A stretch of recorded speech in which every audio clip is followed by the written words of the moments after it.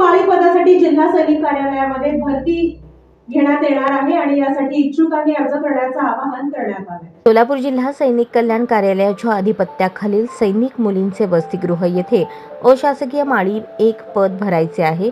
माळी पदाचा अनुभव असणाऱ्यास प्राधान्य देण्यात येईल। जिल्ह्यातील पात्र माजी सैनिकांनी सैनिक सेवेची आणि इतर शैक्षणिक कागदपत्रांसह बुधवार दिनांक 19 मार्च पूर्वी जिल्हा सैनिक कार्यालयात अर्ज सादर करावेत असे आवाहन जिल्हा सैनिक कल्याण अधिकारी मिलिंद तुंगार यांनी केले आहे। सदर पद हे माजी सैनिक प्रवर्गातून भरावयाचे असून सोलापूर जिल्ह्यातील माजी सैनिक यांनी आपले अर्ज सैनिक सेवेची आणि इतर शैक्षणिक कागदपत्रे 19 मार्च 2025 पूर्वी या कार्यालयात जमा करावीत।